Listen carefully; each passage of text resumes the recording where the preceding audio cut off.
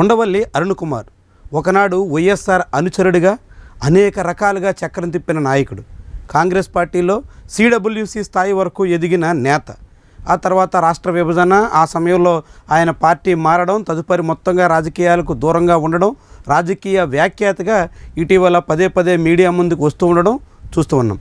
వీటన్నిటికీ మించి మార్గదర్శి కేసు ద్వారా ఆయన చాలా కాలం పాటు రాష్ట్ర రాజకీయాల్లో క్రియాశీలకంగా కనిపించారు. అలాంటి ఉండవల్లి ఇటీవల మీడియా సమావేశాలకు కూడా కొంచెం దూరంగా ఉంటున్నారు. మీడియా ఇంటర్వ్యూలు కూడా పెద్దగా ఇస్తున్న దాఖలాలు లేవు.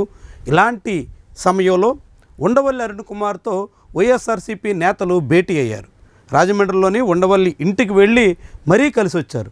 ఒక్కనాడు కాంగ్రెస్ పార్టీలో ఆయన సన్నిహితులుగా మెలిగిన మాజీ ఎంపీ అనంత వెంకటరామరెడ్డి, మాజీ ఎమ్మెల్యే కేతిరెడ్డి వెంకటరామరెడ్డి, వాళ్ళతో పాటుగా రాజమండ్రి మాజీ ఎంపీ మార్గాని భరత్, ఇలాంటి నాయకులంతా వెళ్ళి ఉండవల్లితో ప్రత్యేకంగా కలిశారు.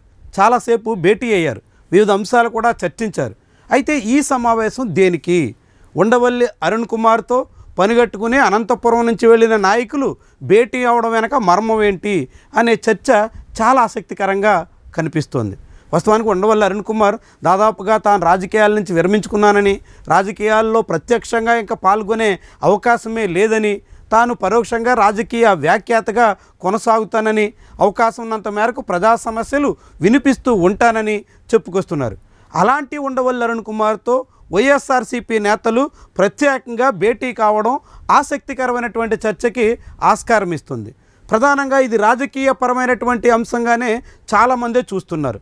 ఉండవల్లి అరుణ్ కుమార్ చాలా కాలం పాటు చంద్రబాబు వ్యతిరేకంగానే ఉన్నారు. కానీ అనూహ్యంగా 2018 కాలంలో చంద్రబాబుతో ఆయన సెక్రటేరియట్కి వెళ్ళి ప్రత్యేకంగా భేటీ అయినటువంటి సమయంలో చంద్రబాబు ఉండవల్లి సన్నిహితులు అవుతున్నారా అనే చర్చ సాగింది. కానీ అనూహ్యంగా ఆ తర్వాత కూడా ఆయన దూరాన్ని మెయింటైన్ చేస్తూ ఉన్నారు. 5 ఏళ్ల పాటు జగన్మోహన్ రెడ్డి ముఖ్యమంత్రిగా ఉన్నప్పటికీ ఎన్నడూ నేరుగా వెళ్ళి కలిసిన దాఖలాలు లేవు.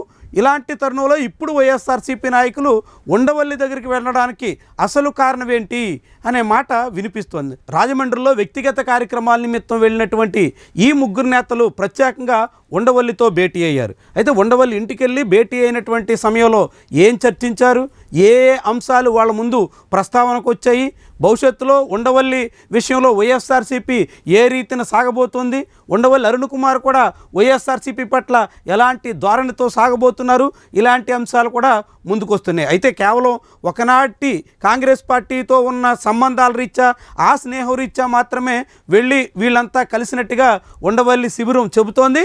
అంతకే పరిమితమయ్యారా, కాకుంటే ఇంకా ఏమైనా ముఖ్యమైనటువంటి అంశాలు చర్చకొచ్చాయా అనేటువంటి అనుమానం కూడా చాలామందే వ్యక్తం చేస్తున్నారు. ప్రస్తుతం వైఎస్ జగన్ శిబిరంలో తగినంత రాజకీయ చాతుర్యం కలిగిన నాయకత్వం కరువయ్యింది.